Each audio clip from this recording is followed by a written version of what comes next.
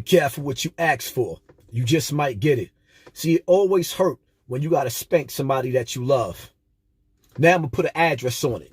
Since you want me to be talking about you, now I'm going to talk to you. First off, you didn't call me on the phone.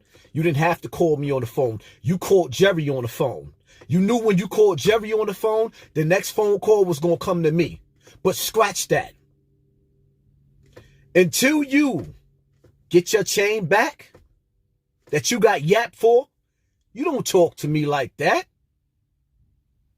You think because I love your father and your father love me, that I won't spank you? Well, right now, I'm about to spank you with the truth, and it's going to hurt. You ain't got no business in these streets. You making 1455 look bad. First of all, you running around with the same cats that shot at you, that popped at you, and popped your right-hand man, my nephew. You running with the same niggas that popped you.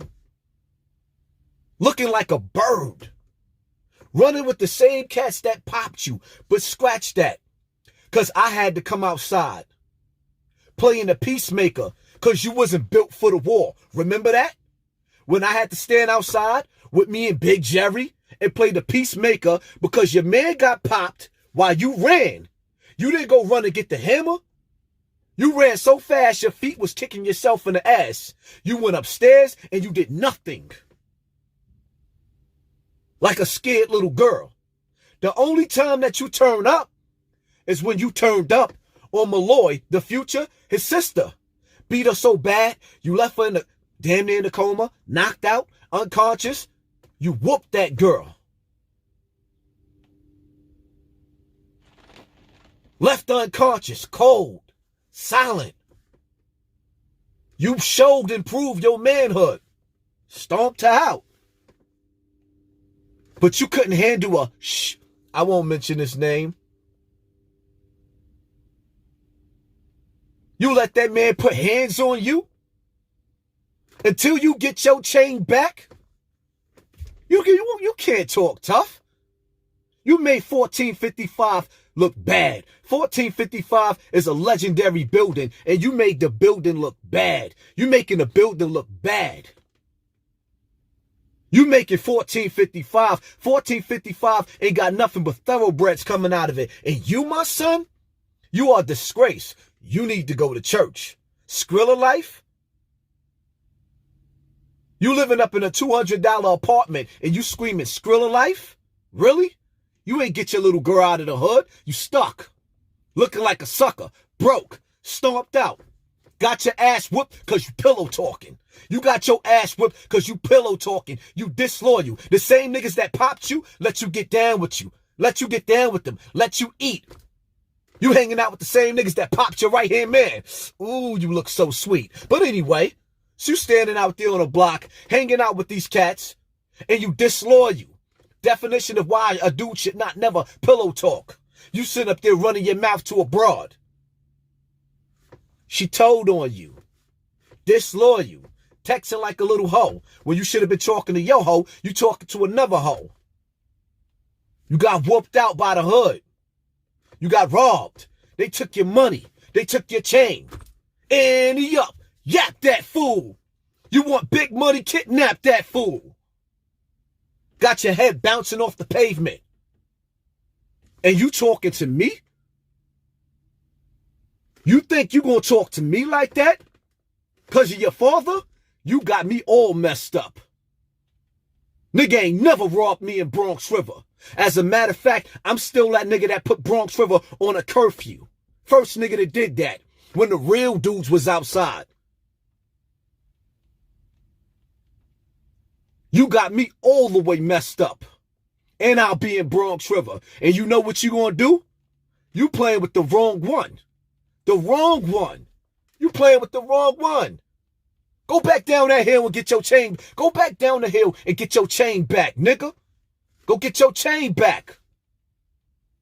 Go get your chain back. Don't you got a baby to feed? You can't protect yourself. How you gonna protect your daughter? And she is beautiful. God bless her. How you gonna protect her? You can't. You looking soft right now.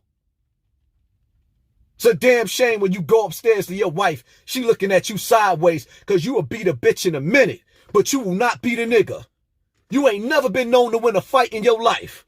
You ain't never called nobody. You called your daddy when Buster beat that ass. Remember that? Shout out to Bust. Remember when Buster beat your ass? He whooped your ass the same way you beat that good Malloy sister. The same way you beat Malloy's sister is the same way Buster beat your ass. And who did you call? Big Tim to come outside to fight Bust in the store for you. Daddy had to come outside to beat Bust up. Shout out to Bust. Daddy had to come outside to fight for you. Nigga, you a grown-ass man. My father was never around for me to call for beef. That's why I had to come outside and squash your beef. Remember when I was sitting up there with you know who? And little Jerry, and we sitting up there in a restaurant squashing the beef that you started? Because that's my little nigga. Them two little niggas that whipped you out? Those my little niggas. The one that popped at you, that hit my neck, those my little niggas. You put me in the crossfire. Oh, that's right, you didn't call me. You just knew that if my nephews got involved, they daddy would get involved. When they daddy got involved, you know the wolf was going to come out. Nah, nigga. Nobody don't want to go to jail over you. You ain't willing to fight and die for yourself. You right, you ain't called me on the phone. You called my brother. Stop fronting. You looking kind of sweet right now. Ain't nobody in the hood respect you. As a matter of fact, they waiting for you to hustle your money up again so they could take it again. Hustle up, Skrilla. Save your pennies. Your rent is only $200, so your little bit of weed money gonna look right. Hustle, stack that paper up. They gonna come get you again. And again, and again, because you easy food. Nigga, your lunch money. You lunch money. Now I put an address on it. Now you look corny. Now you look corny. Little Timmy. You ain't nothing but, you ain't nothing like your uncles. You ain't nothing like your father. You ain't nothing like none of the greats that came out of 1455. Nigga, you're soft. Softer than baby ass. You soft. You making yourself look bad. The only thing you've ever beat in your life was a female. Now I'm talking to you, and I put an address on it. And I advise you, don't play with me. Because if you push my button, boy, I love your father to death. I love your grandmother even more. Don't play with me. Do not play with me, little nigga. As a matter of fact, I ain't going to even go there. You asked for it, so I gave it to you. You ain't called me. The reason why you still alive after little Jerry got popped. You know, remember when little Jerry got popped? He got shot over your beef. Remember that? You couldn't handle it, so the big brothers and the uncles had to come out. And you know when you see, here's how it worked, right? I had to learn from an OG.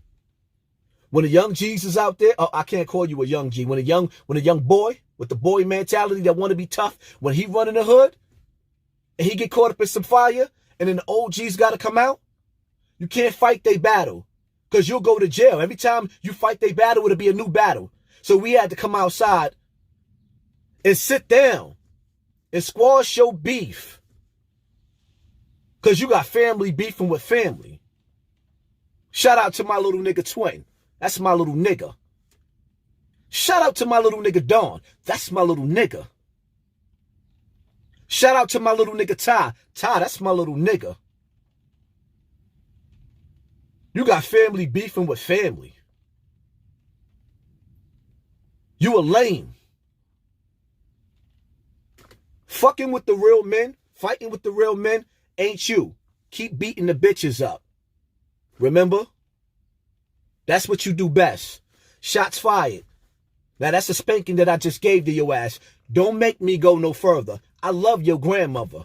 I love your father. You's a sucker, nigga. You the definition of what a nigga would never want to be with his daughter. You cannot protect nobody. You can't even keep your chain off your neck. Ain't a nigga alive to take mine.